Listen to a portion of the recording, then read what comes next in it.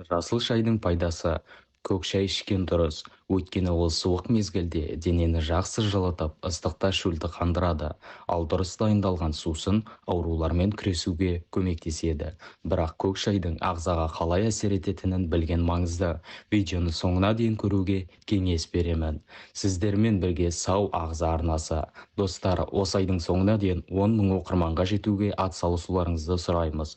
Ол үшін арнаға тіркеліп, қолдау білдіріп, лайк басып, қоңыраушаны баса кетіңіз. Сіздің оп-оңай болмашы әрекетіңіз бізді шабыттандырады. Көк шай дегеніміз не? Көк шай Қытай, Жапония, Үндістан мен Ява аралында өндіріс қажеттіліктер үшін өсірілетін мәңгі жасыл ағаш бұталарының кептірілген жапырақтары. Ал жас жапырақтар сопақша тәрізді формада болады. Бір қызығы, көк және қара шайды алу үшін бірдей шикізат қолданылады. Бірақ олардың өндіру технологиясында айырмашылық бар. Кептірілген қара жапырақтар жақсы ферменттеуден кейін алынады. Көк шайды өндіру нәзік технологияларды қолданумен ерекшеленеді. Тотығу процестерін тоқтатуға жаңа піскен жапырақтарды 2-3 минутта өңдейтін бұл көмектеседі. Содан кейін оның дымқылдығын алып кептіреді, яғни мылжалап, түйіршіктерді қабықшаға ширатады. Сосын өнім хош иісін, дәмін және пайдалы қасиеттерін тұрақты сақтау үшін оны дайын болғанша кептіреді. Көк шайдың пайдасы: көк шайдың құрамында көптеген пайдалы компоненттер болғандықтан, бұл бірегей сусын ағзаға жақсы әсер етеді. Біріншіден, ас қорыту процесін ынталандырады. Екіншіден, құрамында фтордың болуына байланысты тіс шегінің қалыптасуына қарсы күресте профилактикалық құралдың рөлін атқарады. Үшіншіден, көк шай емдік дәрі-дәрмектік әсер береді. Оның құрамында танин, катехин және илік заттектер болғандықтан, ол қатерлі ісік ауруларымен күресуде тамаша антиоксидант болып табылады. Олар шеттегі ақуыздарды, ауыр металдар мен еркін радикалдарды байланыстырады және оларды сау жасушаларға зақым келтірмей ағзадан шығарып тастайды.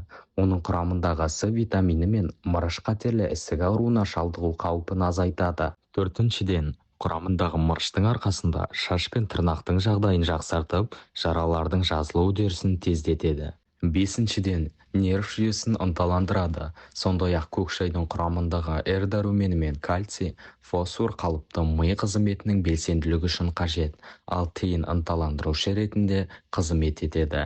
Алтыншы, көк шайда адамның жұмысқа қабілеттілігін жақсартатын кофеин, яғни тейін бар. Кофеин алкалоиды шай танинімен байланыстырылған күйде болғандықтан, ағзаға ынталандырушы әсер етеді, бірақ ол кофеинге қарағанда жұмсақ болады. Жетіншіден, құрамында йодтың болуына байланысты қалқанша без ауруларына шалдығу қаупін азайтады. Сегізінші, микробқа қарсы әсері бар. Бұл қасиет құрамындағы катализаторларға байланысты болады. Көк шайдағы танин жараларды емдеуге көмектеседі, бірақ шайдың түсі ашық болуы керек. Тоғызыншы, ағзадағы уытты заттарды шығарады. Тазарту қасиеттерінің арқасында көк шай ағзаның иммунитетін жақсартады және кез келген ауруға шалдығу қаупін азайтады.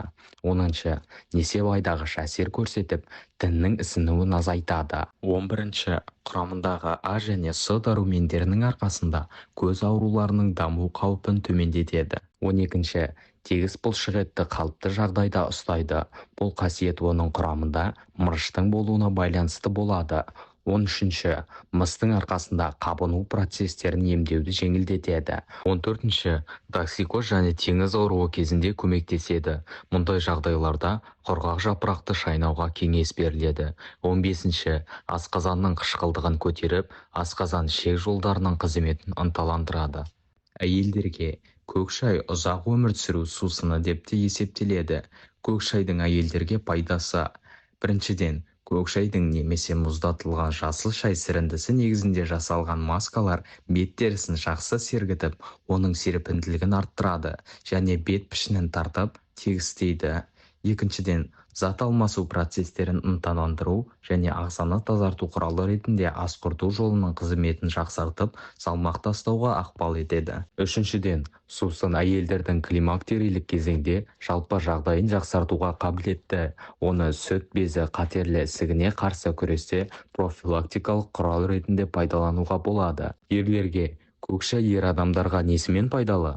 Көк шайдың құрамында жыныс жүйесін және тірек қимыл аппаратының қалыпты жұмыс істеуіне көмектесетін марганец бар. Оның қатысуымен тестостерон гормоны өндіріледі. Шайды қоюлап ішу кезінде кофеиннің ынталандырушы әсері ағзаның стресске қарсы жұмыс істеу қабілеттілігі мен төзімділігін арттыруға көмектеседі. Ал құрамындағы антиоксиданттар көк шайды қан қысымын қалыпқа келтіру, простата қатерлі ісігінің алдын алуда бағалы емдік құрал жасайды. Бауырға сусынның тазалағыш қасиеті болғандықтан, оны қалыпты нормада ішу бауыр мен өт қабының жұмысына пайдалы болмақ. Олардың белсенділігін жақсартуға R және С витаминдері көмектеседі. Бірақ бұл өнімнің құрамында полифенол бар екенін ұмытпаған жөн. Егер көк шайды шамадан тыс ішсеңіз, бұл заттардың көп мөлшері бауырға зиян болуы мүмкін. Бүйрекке көк шай ағзаға пайдалы болу үшін шай жапырақтарын дұрыс қайнатып, сусынды дұрыс қолдану керек. Ол токсиндердің адсорбенті ретінде әрекет етеді. Бұл оларды ағзадан шығарып тастап, бүйректі тазартуға көмектеседі. Қан тамырларына сусынды дұрыс пайдаланса, жүрек тамыр жүйесінің жағдайы жақсарады. Көк шайдың осы пайдалы қасиеттері келесі процестер арқылы жүзеге асырылады. Біріншіден, С витамині қанды сұйылтып, оның тамырлармен жүруін жеңілдетеді және қысымды төмендетеді. Калий жүрек бұлшық етін қатайтады. R дәрумені қан тамырларының сергектігін көтереді.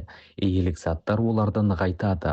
Антиоксиданттар зат алмасу процестерін ынталандырады және қылтамырларда зиянды холестериндердің жиналуына қарсы тұрады. Осы процестердің бәрі қан қысымын қалыпқа келтіреді. Сондықтан да бір шынайы көк шай ішу жүрек қан тамыр жүйесі ауруларының алдын алуға көмектеседі. Сүт қосылған көк шай пайдалы ма? Сүт қосылған көк шай ішу ағзаға пайдалы деген қайшы пікір. Шайға сүт қосып ішу ағзаға сүттің қоректік заттарын сіңіруге көмектеседі деп саналады.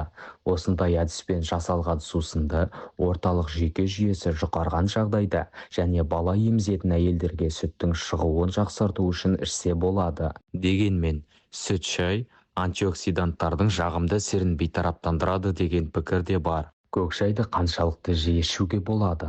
Көк шайдың ағзаға пайдасы мен зияны өнімнің сапасына, қайнату әдісі мен қолдану жиілігіне байланысты. Сондықтан сусынды ішкеннен әсер алу үшін келесі шарттарды сақтау қажет.